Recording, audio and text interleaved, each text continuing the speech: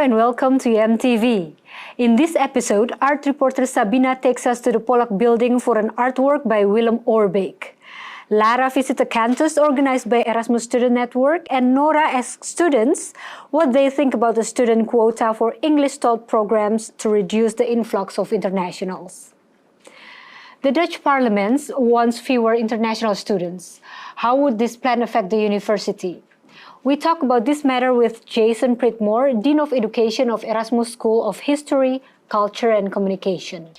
Jason Pridmore, thank you for taking time to speak with us. We're going to talk about the limitation on numbers of international students.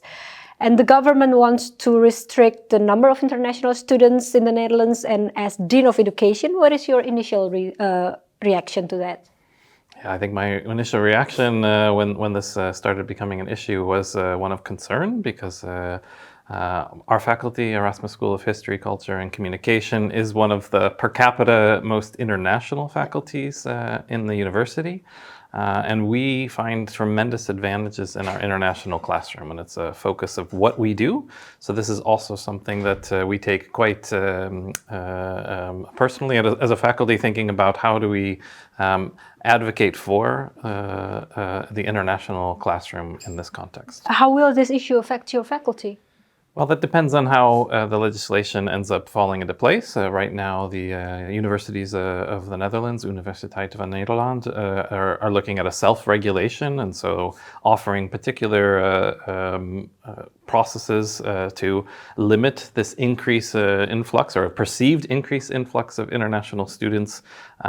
So if, for instance, certain scenarios happen that we would see a reduction of a certain number of international students in our faculty, and that would have some negative consequences in terms of how what size this faculty is, but I think that's overall the other issue across the But what kind of consequences? Like, do you need to start IPCOM or communication in media all over again in Dutch, for example? Yeah, for that program in particular, we have we believe we have a strong case for the international classroom in that program. It already has been recognized by both European and Dutch educational assessments as having this strong international component. So we feel that that program in particular will be okay in terms of an exemption in terms of requirements on Dutch language instruction. Yeah. And there are other opportunities for students who want to study media and communication in Dutch at other universities. Yeah, and you are, I think you're the only non-Dutch Dean of Education in this university. Yes. Do you see this matter differently than your colleagues? What is the sentiment among deans? So actually, I think I'm fully supported by all the other deans of education. We have a really nice group of people who want to work together. They have the similar concerns as I do. And I happen to be the Canadian Dean of Education, and it's been wonderful to represent our school in that way. But I feel like actually when I have these conversations, whether that's at RSM or ESE or philosophy, we all are concerned and see, especially in relation to the Erasmus values of being connecting and world citizens, international education is key to what we all try to do across this university. Yeah, but this problem is part of bigger problems in the Netherlands. For example, they say that they don't have enough student housing for international students. How do you see this? Yeah, I think part of this is that there's a bigger issue here. Like housing is an issue in general. And so what we end up with a little bit is scapegoating international students who are taking up a small percentage of a small percentage of housing that's available. So we end up talking about international students in a way that doesn't address larger issues across the Netherlands of housing. And talking about bigger issue, you mentioned something about the cultural crisis in the Netherlands. How can you elaborate on that? Yeah, so that's actually interesting for somebody who is Canadian to be thinking about this. Of course, Canada always overshadowed by the United States, and I think there is something to a Dutch culture that we want to preserve, that we want to show, we want to participate, we want to celebrate. But there are a lot more opportunities to connect across Europe and globally, and I think there's often this fear that we might lose something when we end up opening. And this migration fear is also an issue politically across Europe and across the world. And I think part of what we want to do in education is think about how do we preserve the really good things that we have while also thinking more broadly as global citizens in this country. But why is international environment important for education? So what we find is particularly at a university level and with the students that we're educating, that many of them will be cross-connecting globally in their future work in the organizations that they work for, whether those are companies or NGOs or in government organizations. And this exposes them to conversations, people, ideas and concepts that are actually quite valuable. What we find in this faculty, actually, we have a study that demonstrates that our Dutch students actually respond positively. They perceive themselves as better informed, better able to connect broadly with their field based on the international classroom. And that's with significant levels above the normal international students. So actually Dutch students perform or perceive themselves as performing better in international classroom compared to other international students. Does your faculty already have plans to tackle this problem? So our faculty is very focused on intercultural communication and practices. We actually have a number of courses that actually cross-connect students internationally.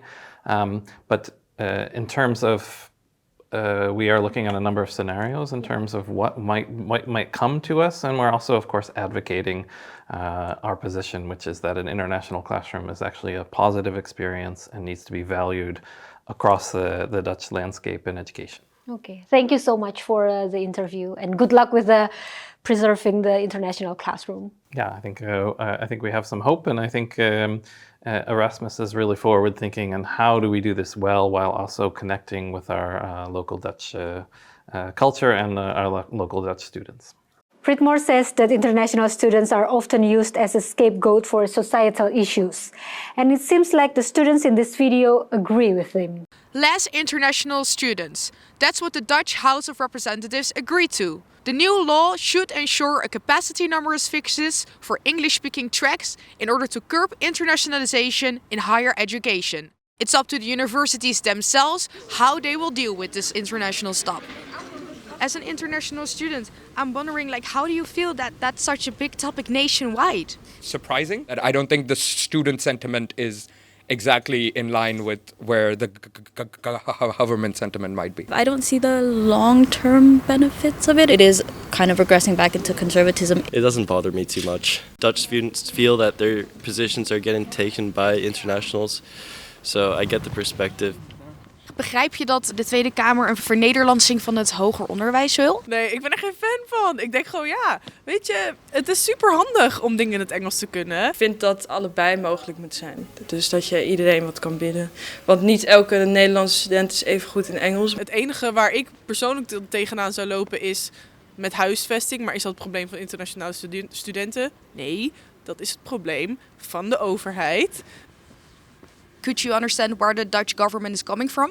I can understand the fact of wanting to preserve space for students that are local. I understand it. They want to prioritize, their people. It's important to have education for your own students in your own language. I think that's also something that's very valid. There's two sides of the argument, and I happen to be on the other side. Does it have an influence on how welcome you feel here as an international student? I think it does create a bit of unease and a bit of uncomfortability. If these policies kind of stay in place for a long period of time, people will probably start feeling more comfortable expressing that, and then I imagine it will only get worse. Hoe kijk je aan tegen de internationalisering van de euro? Ja, best. En ik denk dat we heel veel van elkaar kunnen leren. International culture teaches you a lot of things and it opens your perspectives. Culturen vloeien over, je begrijpt elkaar meer. That is also why I was attracted to the Netherlands, because they are so open to internationals. I do see how good of a place the university campus has become over the past few years with more and more international students. In the meantime, international students are still able to have loads of fun. EM reporter Lara visited a campus organized by ESN, Erasmus Student Network. It was not all fun and games though. Besides the drinking and singing, the students were also punished. Campus night! Come on, let's get fired up. Let's have a night tonight. Let's have a night tonight. Why not? The Erasmus Student Network is organizing the Awakening Kansas today here at the Beurs. Let's go check it out.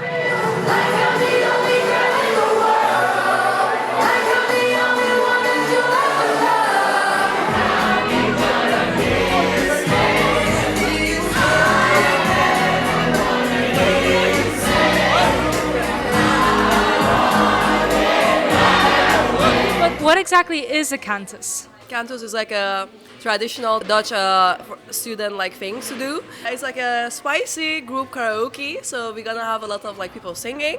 But if you are not following our rules, we're gonna have a little bit of punishments for you. The rules are pretty simple. When the people tell you to sing, you gotta sing. And when they tell you to drink, you gotta drink. But people tend to want to drink outside of order, and that's when we come to give out the punishments. What was the last punishment? They put whipped cream in beer.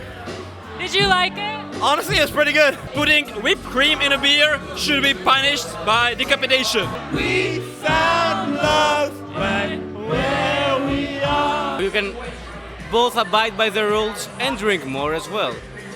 No, because if you drink when you're not allowed to drink, you also get a punishment. Cheers. This is not good beer. How do you feel about being punished? They're lying. It's just because I'm watching Champions League. Look. And is watching football against the rules? I don't know. Maybe, but I love football. Did you stop singing while watching the football? Yeah, of course. And I can't get enough of you, baby. Can you get enough of me? Jacob, what do you think about the beer, bro? Is the beer good or shit? No, it's kind of good. As long as I'm feeling shit, the beer must be good. Bro, that was Dave. What?